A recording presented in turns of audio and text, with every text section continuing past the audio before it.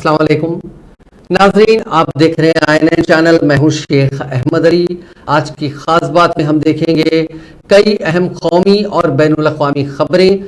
Greece में मंगल की देर रात दो ट्रेनें आपस में टकरा गई। हादसे में 36 लोगों की मौत हो गई और 600 से ज्यादा लोग जख्मी हो गए। सेंट्रल ग्रीस के लारिसा शहर के पास एक पैसेंजर ट्रेन और एक मालगाड़ी में टक्कर हो गई। पैसेंजर ट्रेन में 350 से ज्यादा लोग सवार थे, जिनमें से 250 लोगों को बाहर निकाल लिया गया। ग्रीस के वजीर आजम किरियाकोस मिचोताकिस ने 3 दिन के कौमी शोक का ऐलान किया है। वहीं स्टेशन मास्टर को गिरफ्तार कर लिया गया है। मंगल को एक पैसेंजर ट्रेन एथेंस से थेसालोनिका जा रही थी, वहीं मालगाड़ी थेसालोनिका से लारिसा जा रही थी। टक्कर इतनी तेज थी कि पैसेंजर ट्रेन के शुरुआती 4 डिब्बे पटरी से उतर गए, वहीं 2 डिब्बे पूरी तरह से तबाह हो गए। टक्कर के बाद ट्रेन में आग लग गई। 155 फायर फाइटर्स के साथ 17 फायर ब्रिगेड की गाड़ियां रेस्क्यू के लिए मौके पर भेजी गई। हालांकि हादसा किसकी गलती से हुआ ये अभी साफ नहीं हुआ है। तुर्किया के अदियामन शहर में जलजले के 21 दिन बाद एक घोड़े को रेस्क्यू किया गया। 27 फरवरी को घोड़े को मलबे से बाहर निकाला गया। अब इसका वीडियो वायरल हो रहा है। तुर्किया सीरिया में 6 फरवरी को 7.8 की शिद्दत का जलजला आया था। अब तक जुमला 50,325 लोगों की मौत हो चुकी है। इस जलजले से सबसे ज्यादा मुतासिर शहरों में एक अदियामन शहर भी था। तुर्किया के बिजनेसमैन तंसु येगेन ने घोड़े को रेस्क्यू करने वाला वीडियो शेयर किया। उन्होंने लिखा कि यह बहुत ताज्जुब की बात है कि रेस्क्यू टीम ने 21 दिन बाद मलबे से घोड़े को जिंदा बाहर निकाला। इस वीडियो को 34 लाख से ज्यादा लोग देख चुके हैं।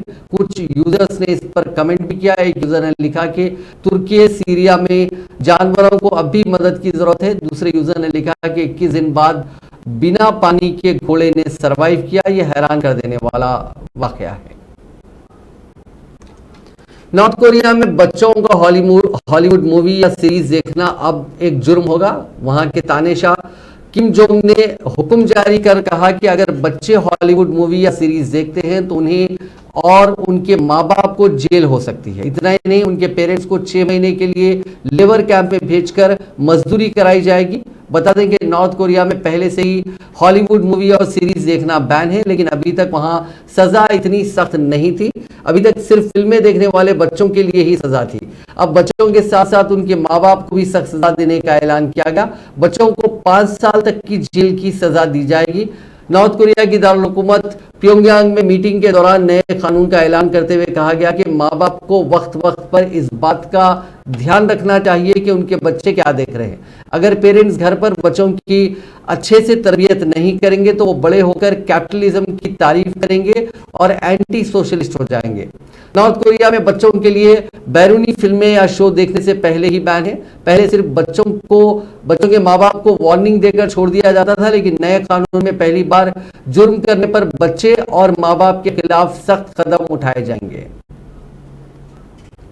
ऑस्ट्रेलिया के शहर सिडनी में एक हिंदुस्तानी शहरी को पुलिस ने गोली मारकर हलाक कर दिया। हिंदुस्तान ने हलाक होने वाले शख्स की शिनाख्त मोहम्मद रहमतुल्लाह सैयद अहमद के तौर पर की है, जो कि तमिलनाडु का रिहायशी था। एक 32 साल हिंदुस्तानी शहरी पर मुबैना तौर पर रेलवे स्टेशन पर एक स्वीपर को चाकू मारने और कानून नाफिज करने वाले एहलकारों पर हमला करने की कोशिश का इल्जाम था।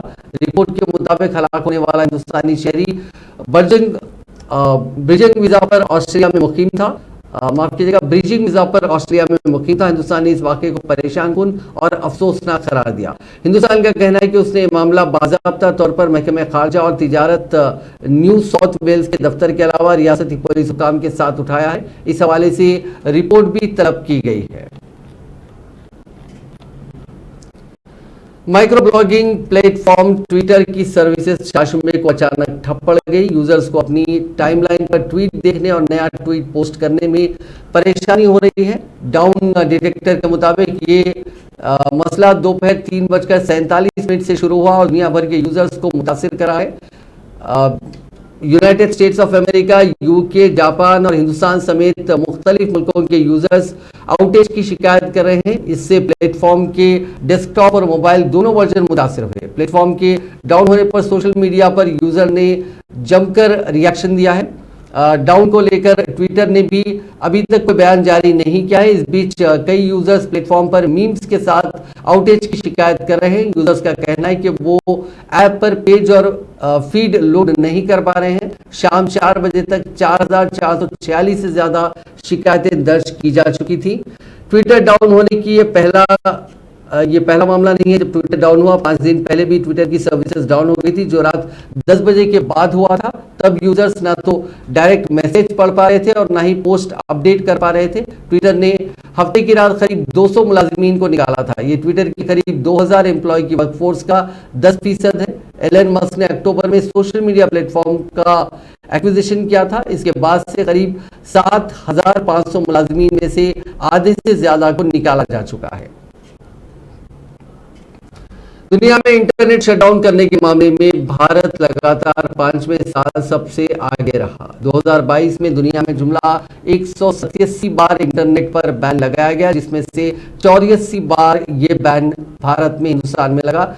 इसमें भी सबसे ज्यादा इंटरनेट बैन जम्मू कश्मीर में लगाया गया। यहाँ साल भर में 49 बार इंटरनेट बंद हुआ। ये रिपोर्ट न्यूयॉर्क York digital rights advocacy group Access Now ने मंगल के रोज जारी की है। रिपोर्ट में कहा गया कि जनवरी और फरवरी 2022 में कश्मीर में सियासी हालात और तशद्दुद के चलते 3 दिन लगातार इंटरनेट डाउन रहा। इसके लिए एक के बाद एक 16 ऑर्डर जारी किए गए थे। अगस्त 2019 में मरकजी हुकूमत की तरफ से आर्टिकल 370 हटाए जाने और जम्मू कश्मीर को 2 यूनियन टेरिटरीज बनाए जाने के बाद से हुकूमत सिक्योरिटी वजूहात से वहां कई इलाकों में लगातार कम्युनिकेशन पर बैन लगाती आ रही है। इस लिस्ट में दूसरे नंबर पर यूक्रेन रहा। 24 फरवरी 2022 को रूस की तरफ से जंग छेड़े जाने के बाद रूसी फौज ने करीब 22 बार यूक्रेन में इंटरनेट कनेक्शन काट दिया था। फौज ने साइबर अटैक किए और टेलीकम्युनिकेशन इंफ्रास्ट्रक्चर को खत्म करने की कोशिशें की। लिस्ट में तीसरे नंबर पर ईरान रहा, जहां 2022 में इंतजामिया ने 18 बार इंटरनेट लॉकडाउन किया। वहां पर 16 सितंबर को 22 साल की कुर्दिश ईरानी खातून महासा अमीनी की पुलिस कस्टडी में मौत होने के बाद मुल्क भर में हुकूमत के खिलाफ मुजाहरे हुए थे। उन्हें रोकने के लिए हुकूमत ने इंटरनेट पर रोक लगाई थी। मरकजी हुकूमत ने आम आदमी को बड़ा झटका दिया है। ऑयल कंपनियों ने कमर्शियल गैस के साथ साथ घरेलू गैस की कीमतों में भी इजाफा कर दिया। घरेलू गैस पर 50 रुपए का इजाफा और कमर्शियल सिलेंडर पर 350 रुपए 50 पैसे का इजाफा किया गया।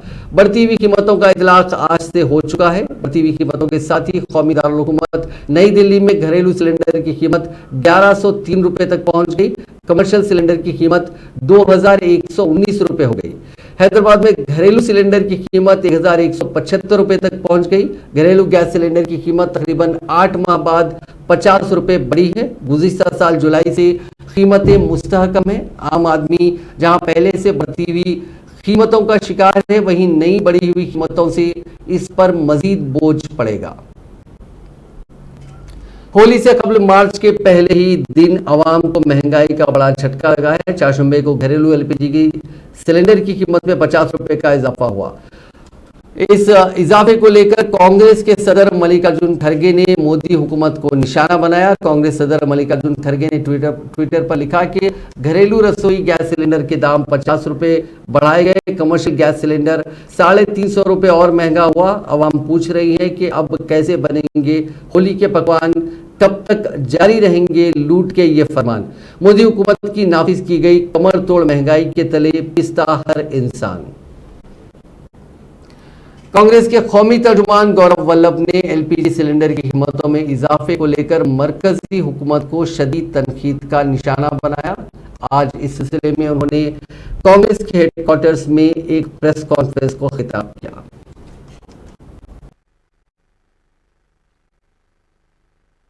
आज के विषय पे आते हैं कि ये रसोई गैस का सिलेंडर जो 2014 में 500 के अंदर था, वो आज 1100 के पार कैसे पहुंच गया?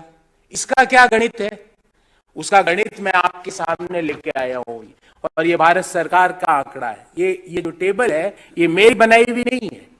ये भारत सरकार के पेट्रोलियम मंत्रालय के द्वारा बनाई गई टेबल है। और ये टेबल क्या कहती है? ये टेबल ये कहती है कि 2004-5 से लेकर 2013-14 के बीच जो एलपीजी पर सब्सिडी है वो टोटल 2,14,000 करोड़ भारत सरकार ने दी। कितनी? 10 साल में 2,14,000 करोड़। क्यों दी? ताकि रसोई गैस के दाम 500 के बाहर नहीं जा पाए। ऐसा नहीं है, उस समय के जो गैस जो हम बाहर के देशों से मंगवाते थे उसके अंतर्राष्ट्रीय बाजार में कीमतें आज से ज्यादा थी, पर उसको हमने बाहर 500 के बाहर नहीं जाने दिया क्योंकि 2,14,000 करोड़ रुपए की 2003-4 से लेकर 13-14 के बीच सब्सिडी दी। मोदी सरकार ने क्या किया आपको पता है? पिछले 9 साल पे सब्सिडी दी है कुल मिला के 36,500 करोड़ रुपया। 2,14,000, 36,500 करोड़ रुपया। और ज्यादा सवाल पूछो तो बोले सिलेंडर लो, गैस भरवाओ, उज्ज्वला स्कीम है। अरे उज्ज्वला स्कीम में दूसरा सिलेंडर भरवाए तो भरवाए कैसे? और यहीं पे लूट नहीं रुकी है। आपको जान के ताज्जुब होगा कि घरेलू एलपीजी पर मोदी जी 5% जीएसटी भी लेते हैं और कॉमर्शियल गैस सिलेंडर पे 18% जीएसटी लेते हैं, 18%। आप सोचे साहब कॉमर्शियल से हमारा क्या लेना देना? अरे अभी होली पे कुछ मिठाई लाएंगे, कुछ नमकीन लाएंगे, वो कौन बनाएगा? वो बनाएगा कोई हमारे घर के पास वाला हलवाई या मिष्ठान की दुकान। वो तो कॉमर्शियल गैस सिलेंडर यूज कर रहा है। तो आप ना मीठा खाओ, ना नमकीन खाओ, ना मसाले खाओ, ना आटा खाओ, ना दूध का सेवन करो। और ये सब करने के बाद एक और काम करना है, बोलना है थैंक यू मोदी जी।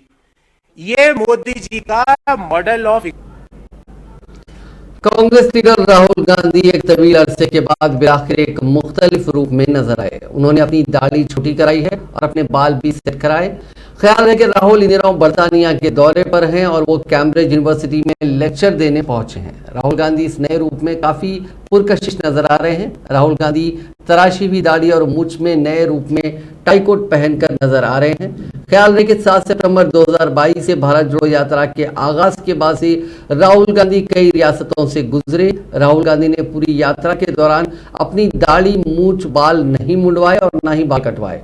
राहुल गांधी एक बार फिर नए रूप में नजर आए और उनकी दाढ़ी तराशी भी नजर आ रही है। राहुल का ये रूप सोशल मीडिया पर वायरल हो गया। राहुल गांधी पहले दाढ़ी और मूछें नहीं रखते थे, लेकिन अब वो उन क्रिकेटर्स और बॉलीवुड स्टार्स की फेरिस्त में शामिल हो गए जो दाढ़ी मूछ रखते हैं। ख्याल रहे कि राहुल गांधी बर्तानिया में 7 दिन क़याम करेंगे और उनका दौरा कैम्ब्रिज यूनिवर्सिटी में लेक्चर से शुरू होगा। कैम्ब्रिज के बिजनेस स्कूल के साबिक तालिब इल्म Rahul Gandhi learning to lesson in the 21st century में के मौजू पर तलबा से खिताब करेंगे। इस दौरान वो हिंदुस्तान और चीन के ताल्लुकात पर भी बात करेंगे।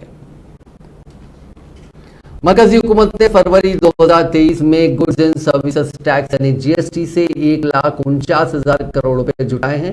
सालाना की बुनियाद पर इसमें लगभग 12% का इजाफा हुआ है। फरवरी 2022 में 1,33,026 करोड़ रुपए का जीएसटी कलेक्शन हुआ था। वहीं जनवरी 2023 में ये 1,55,922 करोड़ रुपए था। वजारत फाइनेंस के मुताबिक इसमें सीजीएसटी के तौर पर 28,963 करोड़ रुपए, एसजीएसटी से 36,730 करोड़ रुपए और आईजीएसटी के तौर पर 79,599 करोड़ रुपए का कलेक्शन हुआ। आईजीएसटी की रकम में 37,118 करोड़ रुपए अशिया के इंपोर्ट पर लगने वाले टैक्स के तौर पर उसूला गया है। माली साल 2022-23 में अब तक अप्रैल महीने में सबसे ज्यादा जीएसटी कलेक्शन रहा है। अप्रैल में ये 1,68,000 करोड़ रुपए रखा गया था। इसके बाद सबसे ज्यादा जीएसटी कलेक्शन जनवरी में 1,56,000 करोड़ रुपए था। वजारत फाइनेंस ने 4 शुबे को एक बयान में कहा कि जीएसटी कलेक्शन लगातार 12वें महीने 1,40,000 करोड़ रुपए से ज्यादा रहा। वज़ीर आज़म नरेंद्र मोदी ने हिंदुस्तान को आज़ादी के अमृत काल में तरक्की याफ्ता मुल्क बनाने के हदफ की सिमत में शहरी मंसूबे मनसूबाबंदी और शहरी तरक्की के ताउन को बहुत अहम करार दिया और कहा कि मनसूबाबंद शहरी हिंदुस्तान की तकदीर का तयन करेंगे। शहरी मनसूबाबंदी में मोदी ने बच्चों के खेलने कूदने और शहरी लोगों की खुद की तरक्की के मौके पर खुसूसी तवज्जो देने पर जोर दिया। वज़ीर आज़म ने कहा कि आज हिंदुस्तान में शहरी तरक्की के दो बड़े पहलू हैं, नए शहरों की तरक्की और पुराने शहरों में पुराने निज़ाम को जदीद बनाना। अर्बन डेवलपमेंट में अर्बन प्लानिंग और अर्बन गवर्नेंस दोनों की बहुत बड़ी भूमिका होती है। शहरों की खराब प्लानिंग या प्लान बनने के बाद उसकी सही इंप्लीमेंट न होना हमारी विकास यात्रा के सामने बड़ी चुनौतियां पैदा कर सकता है। अर्बन प्लानिंग के तहत आने वाली स्पेशल प्लानिंग हो, ट्रांसपोर्ट प्लानिंग हो, अर्बन इंफ्रास्ट्रक्चर प्लानिंग हो, वाटर मैनेजमेंट हो, इन सभी एरियाज में बहुत फोकस वे में काम करना जरूरी है। इस वेबिनार के अलग अलग सेशंस में आप 3 सवालों पर जरूर फोकस करें। पहला, राज्यों में अर्बन प्लानिंग इकोसिस्टम को कैसे स्ट्रेंथन किया जाए।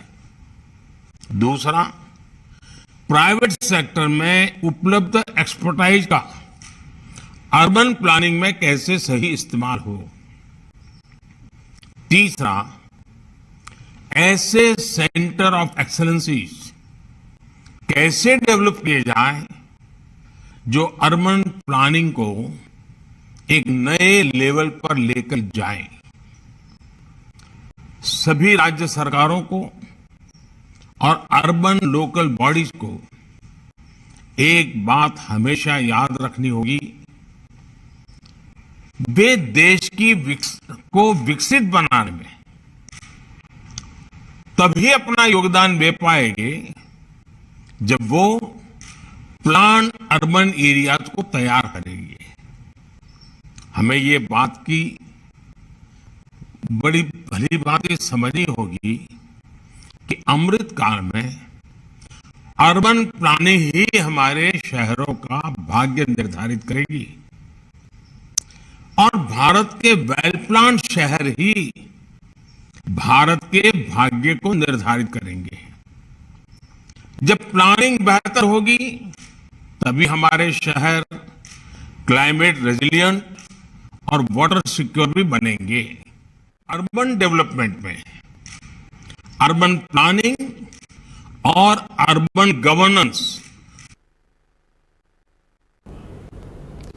हिंदुस्तान ने आज 2 टूक अल्फाज में बरतानिया से कहा कि ब्रिटिश ब्रॉडकास्टिंग कॉरपोरेशन यानी बीबीसी को हिंदुस्तान में काम करने के लिए मुल्क के तमाम उसूल और क़वानीन पर अमल करना होगा। ज़राए ने बताया कि G20 वज़राए ख़ारजा की कॉन्फ्रेंस में शिरकत के लिए आने वाले बरतानवी सेक्रेटरी ख़ारजा जेम्स क्लेरी ने वज़ीर ख़ारजा जयशंकर से मुलाकात के दौरान हिंदुस्तान में बीबीसी के दफातर में इनकम टैक्स डिपार्टमेंट के छापे का मसला उठाया। ज़राए के मुताबिक डॉक्टर जयशंकर ने सख्ती से कहा कि हिंदुस्तान में काम करने वाली तमाम इकाइयों को हर हाल में मुल्क के तमाम उसूल और ज़वाबित पर अमल करना होगा। दिल्ली के लेफ्टिनेंट गवर्नर विनय कुमार सक्सेना ने मनीष सिसोदिया का इस्तीफा नामंजूर कर दिया। इनकी वजह से सत्येंद्र जैन का इस्तीफा भी मंजूर नहीं हो सका। हालांकि एली ने इस्तीफों को नामंजूर करने के साथ ही दोनों से महकमा की जिम्मेदारी ले ली है।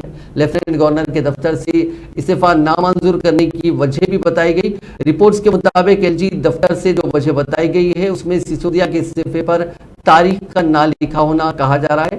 बताया गया कि मनीष सिसोदिया का इस्तीफा बगैर तारीख का है और सत्येंद्र जैन का इस्तीफा नामा 27 फरवरी को लिखा गया। दोनों ही इस्तीफे एलजी को 28 फरवरी को भेजे गए। दिल्ली के वज़ीर आला अरविंद केजरीवाल ने अरकान असेंबली सौरभ भारद्वाज और आतिशी को काबीना में वजीर मुकर्रर करने की सिफारिश की है। ये दोनों दिल्ली के नायब वज़ीर आला मनीष सिसोदिया और वजीर सेहत सत्येंद्र जैन की जगह लेंगे, जो गुज़िश्ता रोज अपने ओहदों से मुस्तफ़ी हो गए थे। खबर अजीम दिल्ली के एलजी जीवी के सक्सेना ने वज़ीर आला अरविंद केजरीवाल के उस फैसले को मंजूरी फराहम कर दी जिसके तहत उन्होंने दो गुजरा राजकुमार आनंद और कैलाश गहलोत को इजाफी कलमदान सौंपने की सिफारिश की थी। नायब वज़ीर आला मनीष सिसोदिया और वज़ीर सेहत सत्येंद्र जैन के मुस्तफ़ी होने के बाद उनके कलमदान खाली हो गए थे, जिन्हें दूसरे वज़रा को सौंपा गया।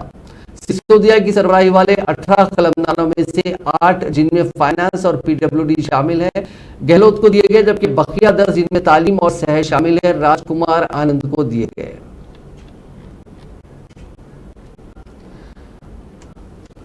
उत्तर प्रदेश के वज़ीर आला योगी आदित्यनाथ ने आज असेंबली में काफी दिलचस्प बयान दिया। उन्होंने दावा किया कि बीजेपी हुकूमत ने वन डिस्ट्रिक्ट वन प्रोडक्ट पर काम किया, जबकि समाजवादी पार्टी ने वन डिस्ट्रिक्ट वन माफिया का काम किया। आज उनके इस बयान को लेकर काफी सियासी घमासान मचा हुआ है। वन डिस्ट्रिक्ट वन प्रोडक्ट है जिसने यहाँ की परंपरागत उत्पाद को, एमएसएमई को एक नया जीवन दिया है और एमएसएमई को नया जीवन देने का परिणाम है कि उत्तर प्रदेश एक्सपोर्ट का एक हब बना है। आज उत्तर प्रदेश 16-17 की तुलना में दोगुने से अधिक एक्सपोर्ट कर रहा है। 1,56,000 करोड़ रुपए से अधिक एक्सपोर्ट हमारा केवल 21-22 में ही पहुंच चुका है। लेकिन ये सच है कि आप ओडीओपी तो नहीं दे पाए, लेकिन वन डिस्ट्रिक्ट वन माफिया जरूर दे दिए थे। वन डिस्ट्रिक्ट इलाहाबाद की सड़क पर अंजाम दिए गए सनसनीखेज उमेश पाल कत्ल के मामले में योगी हुकूमत ने एक मुल्जिम और जोरावर लीडर अतीक अहमद के करीबी मावन जफर अहमद के खिलाफ सख्त कार्रवाई की है। रिपोर्ट के मुताबिक पुलिस और इंतजामिया ने जफर अहमद के घर को बुलडोजर के जरिए मिसमार कर दिया।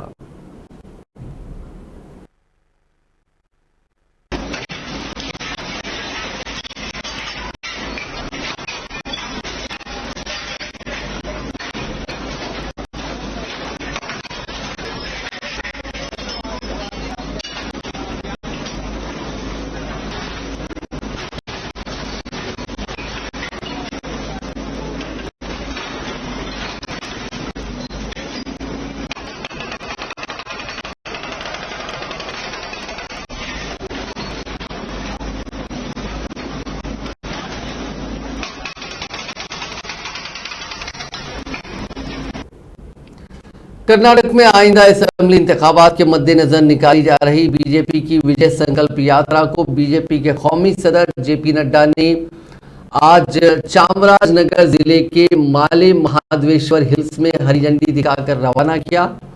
रियासत भर में विजय संकल्प यात्रा 20 दिन तक चलेगी। यात्रा के तहत 8,000 किलोमीटर की दूरी तय की जाएगी। इस दौरान 80 से ज्यादा रैलियां, 74 पब्लिक मीटिंग्स, लगभग 150 रोड शो होंगे। यात्रा से बीजेपी 4 करोड़ लोगों तक पहुंचने का निशाना रख चुकी है। यात्रा के लिए पार्टी के कायदीन ने एक स्पेशल रथ भी तैयार किया है। बीजेपी के इस मुहिम को मेगा इलेक्शन कैंपेन के तौर पर देखा जा रहा है।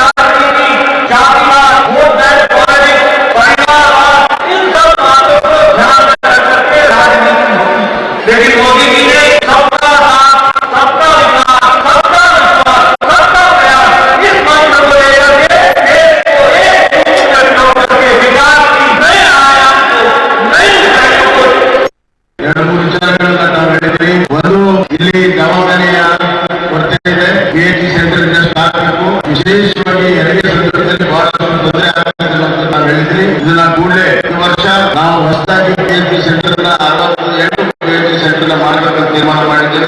ಅದಕ್ಕೆ ಅತಿ ಹೆಚ್ಚು ಪ್ರಾಶಸ್ತ್ಯ ಈ ಜಿಲ್ಲೆಯ ಕಾಡಂಚಿನಲ್ಲಿರುವಂತಹ ಜನರಿಗೆ ವಿಶೇಷವಾಗಿರುವಂತಹ PHC ಸೆಂಟರ್ಗಳನ್ನ ನಾನು ಮಂಜೂರಾತಿ ಮಾಡಿಕೊಡ್ತೇನೆ ಅನ್ನುವಂತಹ ಎರಡು ಮೂರು ವಿಚಾರಗಳನ್ನ ನಾನು ಹೇಳಿದ್ದೀನಿ. ಒಂದು, ಇಲ್ಲಿ ಜವಾಬ್ದಾರಿಯ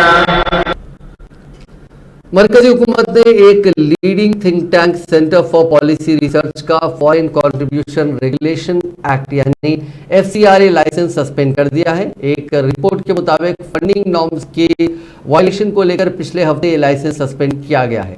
CPR फाइलिंग से पता चलता है कि अक्टूबर से दिसंबर 2022 के दौरान में उनके अकाउंट में 10 करोड़ 10 लाख रुपए FCRA रिसीव हुआ था। इसमें बिल और Melinda Gates foundation, Pennsylvania university, world resources institute और ड्यूक यूनिवर्सिटी से मिला डोनेशन शामिल है।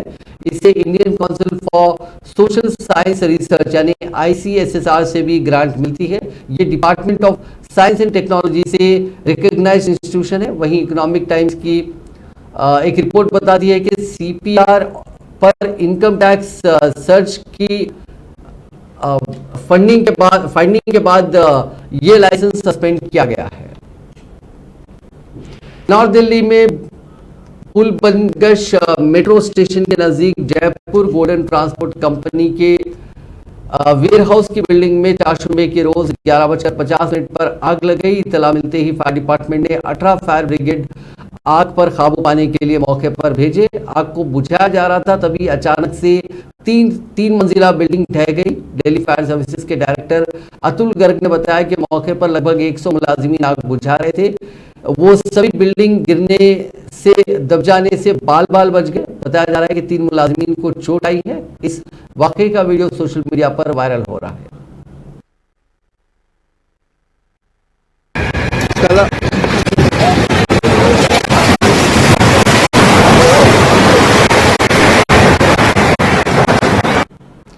हरियाणा में चारशंबे को ई टेंडरिंग की मुखालफत करने चंडीगढ़ जा रहे सरपंचों को पुलिस ने पंचकुला में ही रोक लिया। सरपंच पुलिस की जानिब से लगाए गए बैरिकेड पर चढ़ गए। पुलिस ने उन्हें रोकने की कोशिश की तो सरपंचों ने धक्का मुक्की कर दी। सरपंचों ने बैरिकेड तोड़ दिए, जिसके बाद मुजाहिरीन को रोकने के लिए पुलिस ने वाटर कैनन से पानी की बौछारें मारी और जमकर लाठीचार्ज किया, जिसमें कई सरपंच जख्मी हो गए।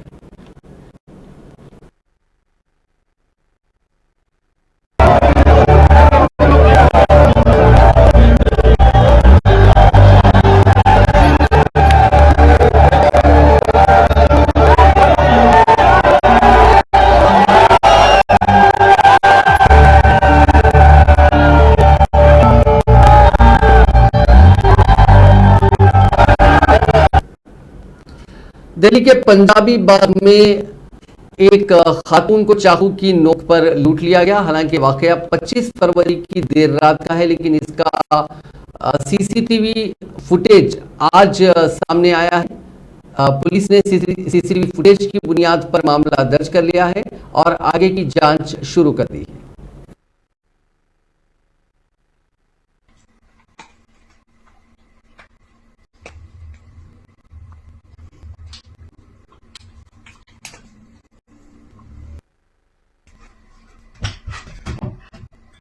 अपना हेलमेट छोड़ के भाग गया।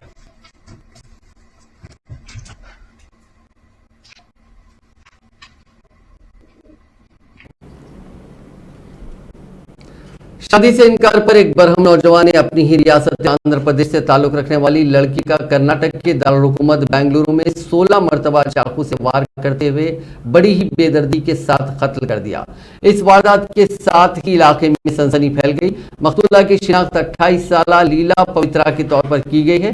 ये वारदात मशरकी बेंगलुरु के जीवन बीमा नगर पुलिस स्टेशन हुदूद में कल शब पेश आई। पुलिस ने बताया कि मुलजिम की शिनाख्त दीनाकर के तौर पर की गई, जो लड़की से शादी करना चाहता था। ताहम लड़की ने शादी से ये कहते हुए इनकार कर दिया कि उसके खानदान को उससे शादी पर एतराज है। मंगल की शब जब लड़की अपना काम खत्म करके दफ्तर से बाहर निकल रही थी तो मुलजिम उसके पास पहुंचा और उससे बातचीत करते हुए उससे शादी करने की ख्वाहिश की। ताहम लड़की ने इस शादी से इनकार कर दिया और कहा कि इसके वालिदैन उसकी शादी के खिलाफ हैं, जिस पर बरहमी के आलम में मुलजिम ने अपने साथ लाई चाकू निकालकर लड़की पर तमाम की मौजूदगी में सरेआम बड़ी ही बेदर्दी के साथ 16 वार किए, जिसके नतीजे में वो शदीद जख्मी हो गई। उसको इलाज के लिए अस्पताल मुंतकिल किया गया, जहां डॉक्टर्स ने उसका मुआयना करने के बाद उसको मुर्दा करार दिया।